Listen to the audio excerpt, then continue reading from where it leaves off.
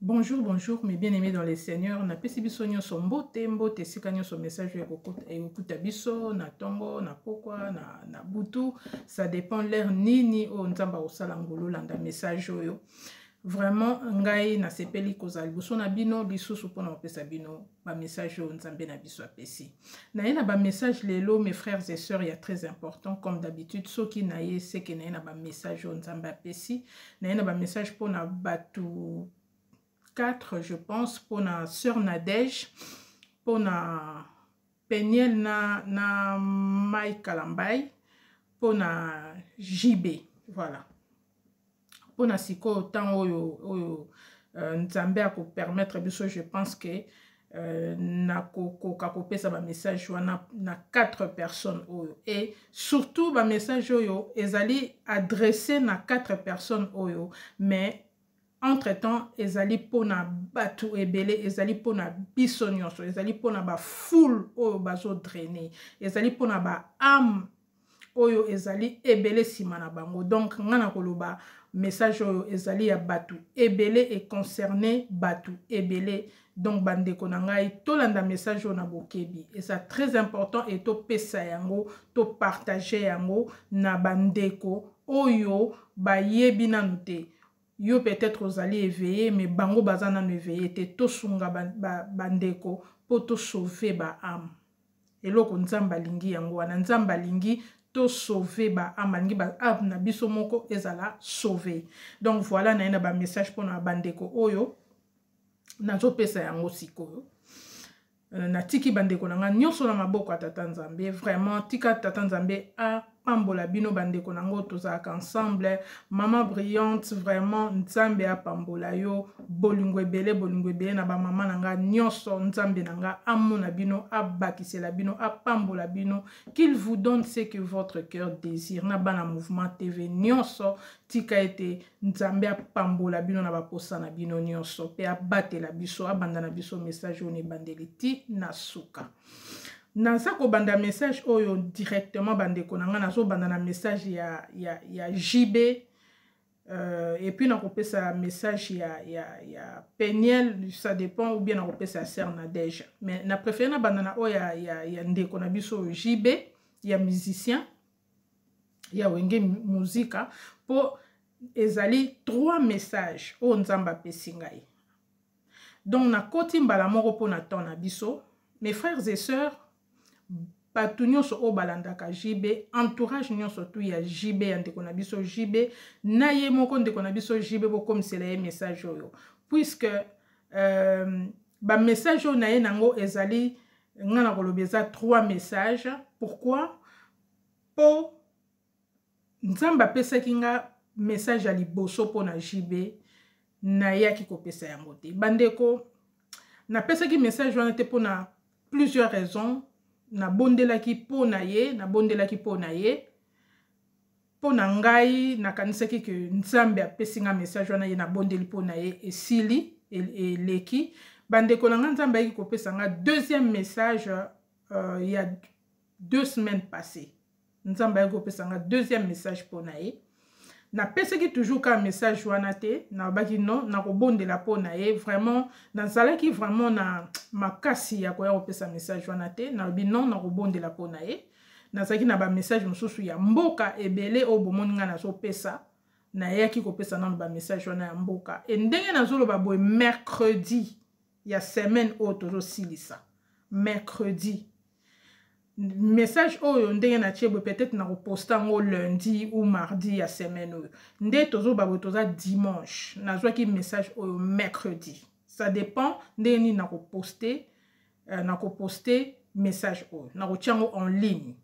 Na zwaki message oyo mercredi. Alors l'air na moni makambo ezoleka, et puis na moni nzambe ko insister a pesinga lisusu message mercredi pour na ndeko na biso JB. J'ai compris que Dieu insistait na boyi na ngai makila ya bato ezala na maboko na ngai, na boyi nzambe ya ko condamner ngai aloba na yebisaki yo ndenge Ezekiel elobi na biso. Soki nzamba apesi yo likambo, alobi na mutu likambo, yo mema kende koloba po makila ya bato wana ezala na maboko na yo te. yango wana tango nzambe apesinga troisième message na bi non 3 messages c'est que nzambe azo insister il faut na telema na pesa message on a zongi na message ya liboso bande ko bolanda message o très bien po ekosunga population na biso mobimba ekosunga bato ebele o bazali balandaka ndeko na biso jibe o balandaka musique na ye o bazaka ba fan na ye boyoka ba message o nalalaki bandeko na nga nzambe azolakisa ngai na telemi na place moko place na telemaki namoni voiture moko ya kitoko eye eleki liboso na nga tellement moke egare telemi alors nga na telemi nazotala lokola molimo amemaki nga afungoli nga miso mpona mona namoni muto abimi na voiture wana mukolo voiture wana muto abimi na voiture wana natala bozaki jibe abimi na voiture wana apusani mwa moke ake atelemi pembeni ake kotelema pembeni tangu jibe atelemi pembeni bandeko nanga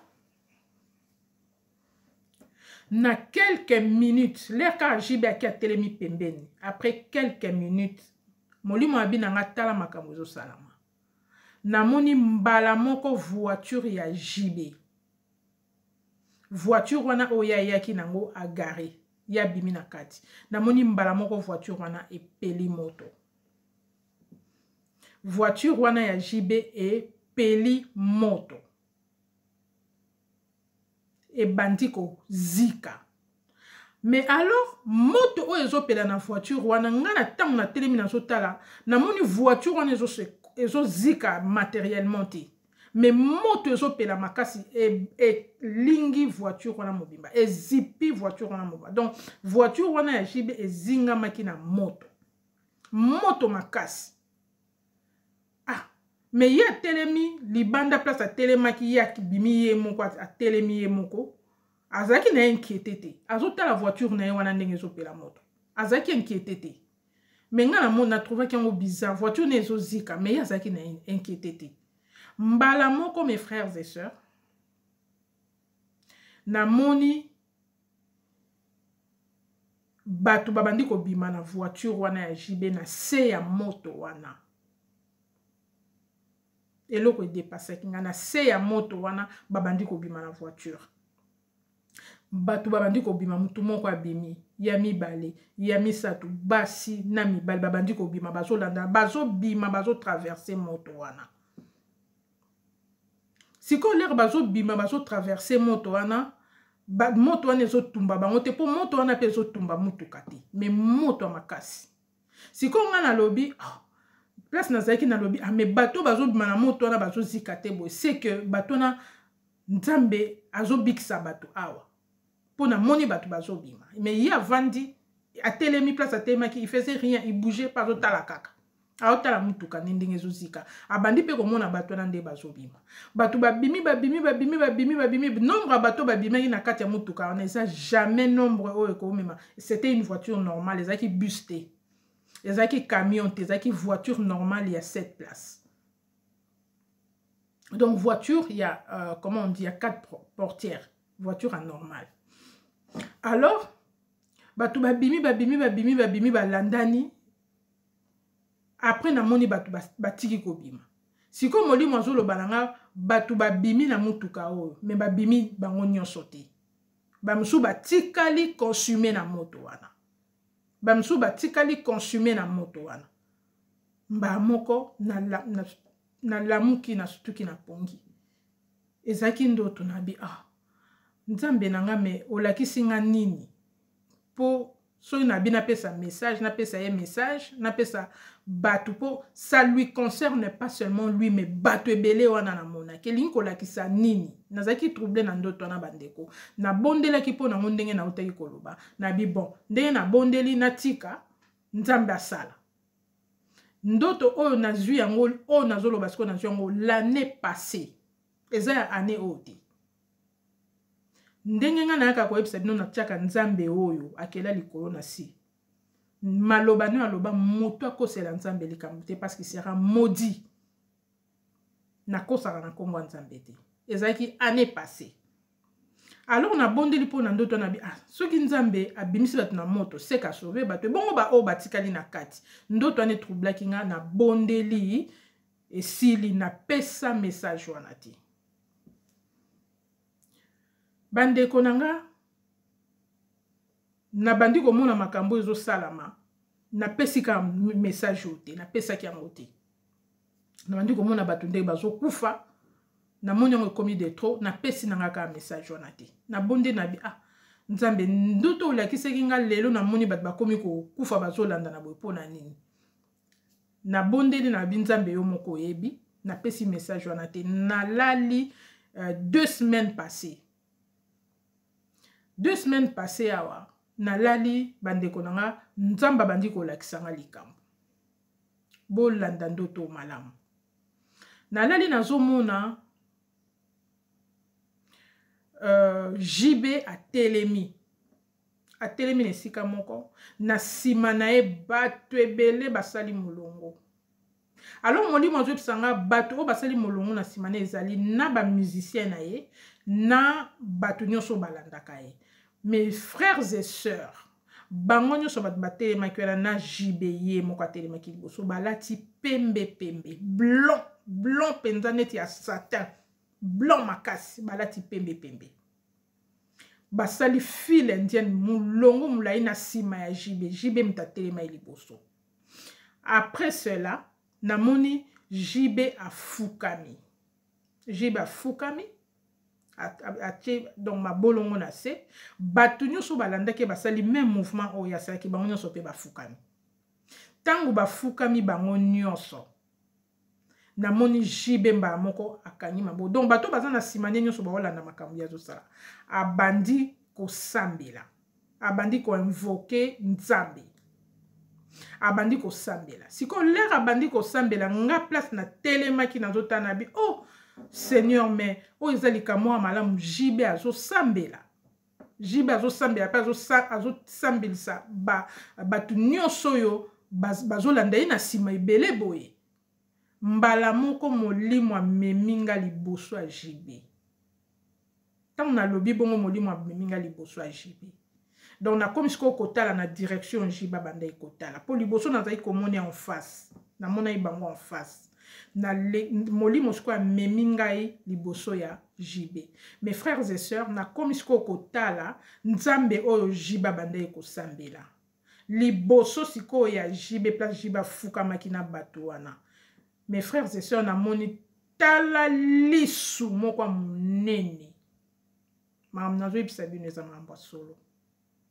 Lisu moko munene. Un œil lisu ya munene. Basalo kwa batongi yango banate yango ezaki même couleur na bilambo balataki.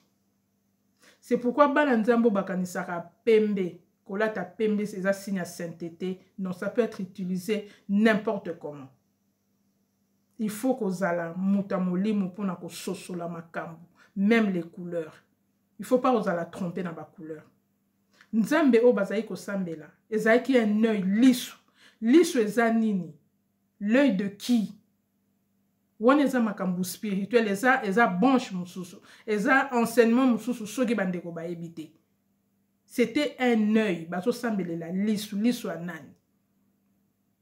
Je pense que bandeko tozo comprendre très bien. L'air na moni bongo nazaki choqué na lamu ki bozaki pongi ezaki ndoto.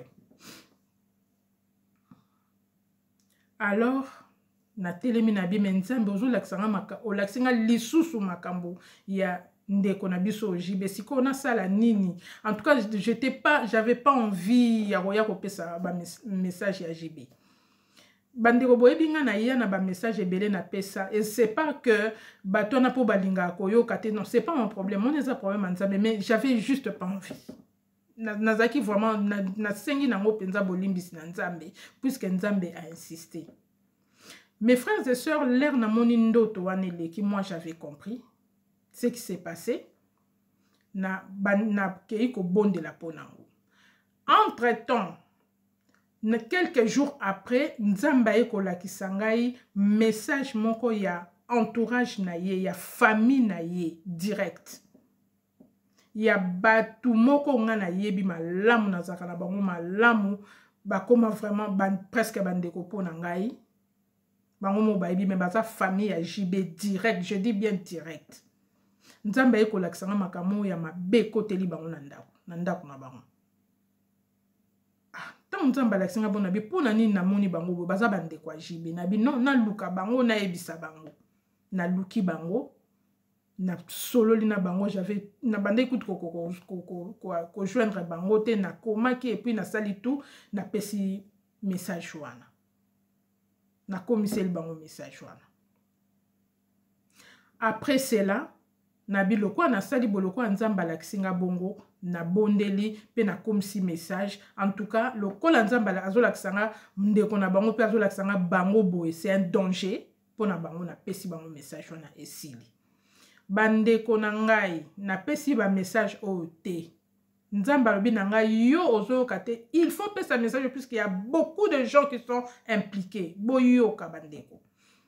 Na lali lisusu mercredi ndenge na uti koloba mercredi o eleki lelo toza dimanche so na pesi na tie message en ligne peut-être semaine prochaine bokozwango après mende na zoloba botoza lelo dimanche message wana zwango mercredi o eleki na lali bandeko na nga nzamba zolakisanga na komi na mboka moko na komi na mboka ngo nazoyeba mboka moti non na koma na mboka moti na moni na kati ya bandako yango c'était comme des cases comme village comme mboka mo bizarre na yebi na mboka moti mais na kati ya bandako yango na mboka ngo c'était vide, il y avait personne mutu moko azalai na mboka moti na sota na kati ya bandako wana donc mboka moko déserté bat bazaki sous na kati te ya bandako wana mais nzamba zoloba nga na tindio awa po ya ko luka batu wana bandeko ya JB ona lakisaki yo boyo ka ngambo nzamba zo aomemisanga so na pesi message ote alobi na nga na tindio awa po luka bandeko na yo baza na mboka oyo bandeko na yo ona lakisaki yo puisque moi na yebi famille wana je connais cette famille là na yebi wana baza bandeko po na nga ba yebi bango moko et jamais na kotanga bakombo na bango. Nzamba zo banga na tindio kende ko luka bango bimisa bango na mboka wana o avertir bango balongwa wana. Alors na komi na mboka wana na mboka ngo natala boye mutu te na mboka donc mutu azalaki lisusu te na mboka batu nyonso basili batu batikalaki kaka ezalaki 2 personnes o nazoloba bandeko na ye wana mibale bandeko na ye propre bandeko ya JB propre ndenge toloba propre direct mbala mo na moni bango donc batikaleka bango mo na mboka ngo bazoya siko na mituka moko azwa na mutuka na ye mususu pa azwa na mutuka na ye mutu na mutazaki na mutuka na ye bazoya bango mibale venga nga siko na telemeti boye bango bazoya tant bazoya nazomona bango na voiture nde bazoya siko eloko molimo alingaki na mona ezaki comportement na bango ba comportement na bango mibale oyo azaki koto yo azo agir c'est comme s'il était endormi na volant wana azaki kokumba azaki vraiment distrait na volant donc azoye bateke na mboka wana tikali batikali ka bango moko bango mibale batinyo so basili oyo azalaki na ngambo mususu azoya azaki neti mutaliboma nandenga lataki na volant donc nzamba so aopesanga ba signe pour la kisanga place nini bazali comportement na bango ezali nini et ils sont dans la distraction pendant que batu basili na mboka na ebité so bo comprendre nga na comprendre très bien pendant que batu basili bango baza na distraction et bango baza viser nzamba lobi nanga kende ko prévenir bango ça veut dire que nzambe oyo alalaka te alingi asala bango mbola mo alingi a épargner bango. Alors nga na telemi sikoyo molimo azolakisa ngai comportement na bango mibale complètement dans la distraction mutu na mutaza na ba occupation na ye et puis mental na bango ezalaki sous normal donc baza mental na bango za travailler et ça manipuler bazoye ba sous même pas esika baza bazoye ba sous te baza na place ni na mboka nini et puis na mboka ngo nini ezo sala mana batu baza lisusu te batikali bango moko Namona ki yango tellement grave na bi Seigneur, c'est pas possible. Il faut na pesa un message. Na boy na ngambo batu makile sopa na ngai ezala na maboko na ngai. Na koke na pesa message wana. Oyo aza na mato ya koyoka ayoka. Entourage na ye, libota na ye, bandeko nzamba pesi précisément laksinga bango mibale, bandeko ya ye direct na zo sala tout na kotisa message wana ba comprendre ango penza que soki nzamba zo lobela bango bo c'est qu'il y a un danger. Et à part ça, il y a beaucoup de gens nzamba laksinga na yebite, o baza simanaye. Alors na ye ko délivrer ba message. Oyo azana souci à âme na ye, asa na message ndenga lingi. Na lobi déjà que na boya ki nanga waya opesan. Pour nga na yaka te po ba mona nga batala nga non, je viens donner des messages oyo uti pa ya mokeli. Na yaka opesa ba message azunga utiliser nga ndenge wana. Na yaka olukelo msuti. Na yaka olukate na benga batu, na yaka olukate batu ba mona nga non, na yaka kopesa ce qui est très important. Donc voilà, message oya souka na jui pour na jibe na entourage na libota na jongo mercredi oyo na ko pesa bande ko bayebi très bien basa na message attention. Libota basa na message très attention.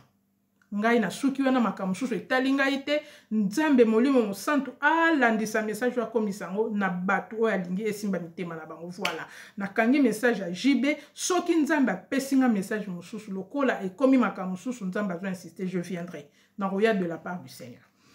Na koti na message ya Peniel. Na koti na message ya Peniel,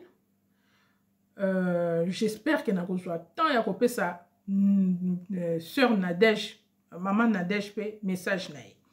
Message ya Peniel les alaki nini, c'était aussi l'année passée. Les alaki le 1er novembre. Le 1er novembre, il y a 2024. Na la linzamba zola kisanga, Peniel a koufi. Elle était morte. Peniel était morte. Siko moli mazolo banangai, Peniel est morte, mais elle s'est suicidée. Elle s'est suicidée, a koufi na suicide. Elle est morte. Siko on a place na téléma qui n'a pas dit qu'on regrettait, n'a pas dit qu'on l'est là. Mais pourquoi Sali Boye? Pourquoi Peniel a tué fin na vie na ye? Et ça contre la parole de Dieu. Pourquoi Peniel a mis bomi? Pona nini? N'a pas dit qu'on regrettait na so mille là. Siko yo naoki moli mo bandi ko lo banangai. Peniel a koufi, a se suicidé, mais finalement, yen a juillet. A tout le balanga bon, est-ce qu'on a tout compris? A bandeli li sous, nabi n'a tout compris, finalement, yen a ju molimo, o ya lingaki, a sali posa na ye, o ya lingaki kosa na bomo inaye, il est arrivé à ses fins.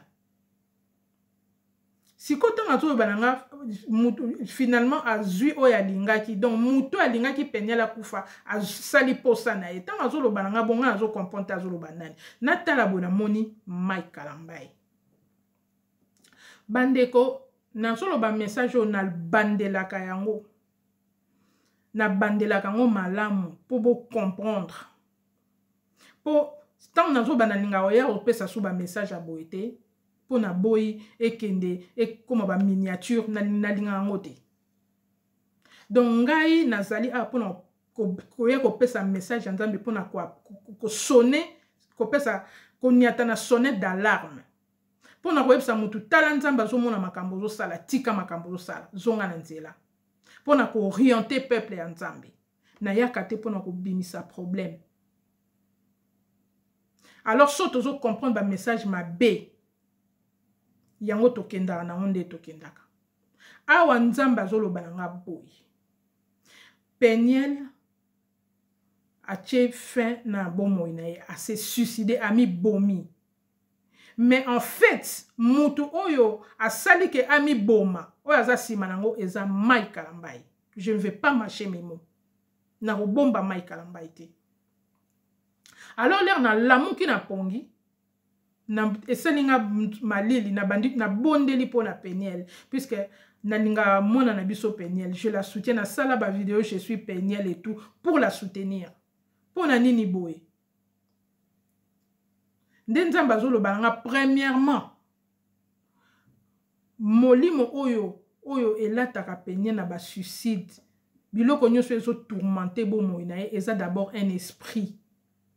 Eza d'abord esprit ya liwa, esprit de mort o eza likolo na ye. Eza réclamation ya kufa o eza likolo na ye déjà. Yango mutu manipulaka ye azwaka ba ide wana. Mais muto ya za na base nango akoki ko sala ke esila eza Mike Kalambai. Alinga yango alinga ngote devant Dieu c'est comme ça. Alors comment Mike Kalambai Nzambe azotanga yo azopesa yo responsabilité ya boye o éviter que mwana na biso mwasi a mettre fin na ba vie na ye alongwa na babiloko elati ba esprit ba réclamation ya mort mais ndeko na biso Mike Kalambai ye moko Nzambe azobenga ye na repentance nazana ba message nazana message moko awa na laksa bino muke o ngamona uti ko mona pona yebi na sina pesa Mike Kalambai na sina pesa message ba message o Nzamba lobi pona ye na sina pesa ba message o Nzamba pesi pona ye mais il s'est pas repenti à se repentir te mais siko ndeko na biso mususu awa uti ko pesa message bolanda message o malamu après na sana temps relaxa monyo sote ba pesi lisusu Mike Kalambai awa ce qui s'est passé c'est qu'on vers la fin du clip moi na oksa biso nyonso esate pona za na tante ye na ba Moïse mbi bango nyonso Nzamba pesi bango message il y a repentance ba tiki Nzambe alors ce qui Mike Kalambai a tiki Nzambe et kozala ekokamusa biso ndenge nini azala derrière suicide ba milimo oyo elati Peniel akozala derrière ça te ndenge nini akozala derrière ça te ndenge nini bien sûr qu'il est derrière ça aza derrière il y a makambo so comme la Peniel Nzamba lobi na ngango très bien puisque lui-même il a laissé Dieu yé moko atiki nzela Nzamba zakana Nzambe te Mike Kalambai zakana Nzambe te moi maintenant là je le dis je l'assume nazo assumer ngo zakana Nzambe te ndeko oyo oti ko loba ngo sikoyo oyo alingi na tiela lien bien soka mona ki yango te Nzamba pesi sous message ya Mike Kalambai na ba Moïse mbi bazonga na nzela bazongela Nzambe posonga na lobi lisusu nga moko me toze belé o Nzamba azotinda babenga bango na repentance donc Nzambe azoloba na ngai liwa ya Peniel o na moni na ndoto loko na moni na ndoto c'est que c'est spirituel et c'est planifié sima nango muto azali commanditaire nango muto azali responsable ya makambo wana ya liwa wana eza Mike Kalambai. Je vous dis ce que le Seigneur m'a dit. Atie bango nyonso na ba Henri Papa na biso oyo na bango nyonso baza na kati Nzamba pesi bango message bazongela Nzambe toyebi chaîne oyo so toke to mona message oyo bazongela Nzambe. Alors na chité mbala moko na message ya ndeko na biso Nadej pa tiki biso na yaki na peseki message ya ndeko Nadej Sœur Nadej pe azali na kati ya ba message wana Sœur Nadej Mbuma ye pa azali na kati Nzambe azobenga na repentance ye pe atiki Nzambe e bazo mema full ebele na sima na bango bazo mema batu ebele na sima na bango bazo bungisa batu nzela bazo perdre ba âme ya Nzambe bazo détruire ba âme bazali susu na Nzambe te na pesaki message moko ya ndeko Nadej na lobaki makambo Nzambe alakisi nga pona ndeko Nadej mais batu mususu ba comprenaki comme d'habitude batu mususu ba ndimaki te mais Dieu continue à insister yango nazo yebisa biso boye bandeko nanga biso batu tolanda batu to bana mabe ba fanatiques. Des fanatiques sont des malades ba fanatiques baza ba drogués ba fanatique bazo bateke bango mutu bazo memisa bato nyonso na enfer bino nde boko mema bango na moto na lifelo bozo betela bango maboko pendant que Nzamba bazo bisa bango repentez-vous pendant que Nzamba bazo bisa bango bozonga na nzela bino bozo betela bango maboko bino nde bozo bebisa bango bino nde bozomema bango na enfer nzambe akotuna bino bakonte mpe boyeba bango ke bato balandaka bato ya mabe oyo baza na nzambe te na bango bakoma bacarpete na bango babunga nzela na bango bakomona nzambe te bakomona gloire ya nzambe te na bato balanda ezaka bango moko te na bato balanda bango surtout bao babetela bango maboko bao baza bafanatique na bango aveuglement bozoyede bango te ntango nzambe abengi bango na repentance boye bino bata liboso bokoya kotia bacommentaire ya buzoba awa bokoya koloba makambo ezanga ntina pendant ke nzambe azobenda bango matoi ezali bino nani donc bino boza plus dangereux ke bango bafanatique bino donc bolinga nzambe te boyebi nzambe te boluka nzambe bino moko te boza na communion moko te na nzambe boza na relation moko te na nzambe bino banzambe na bino ekoma bango bakoma na bango banzambe na bino bokoma olata ba t-shirt na bango botie ba photo na bango na ndako bino bobosani nzambe bokomi ba fanatique ya bato idolâtrie l'idolâtrie. Bible esi biso à quoi sert-il à un homme de gagner tout le monde s'il perd son âme? Bandeko nanga bozwa parole ou. À quoi sert-il à un homme de gagner tout le monde s'il perd son âme? Âme na yo ezali très important que biloko ozo gagner na mokili. Biloko mokili etikala. Nyonso koleka.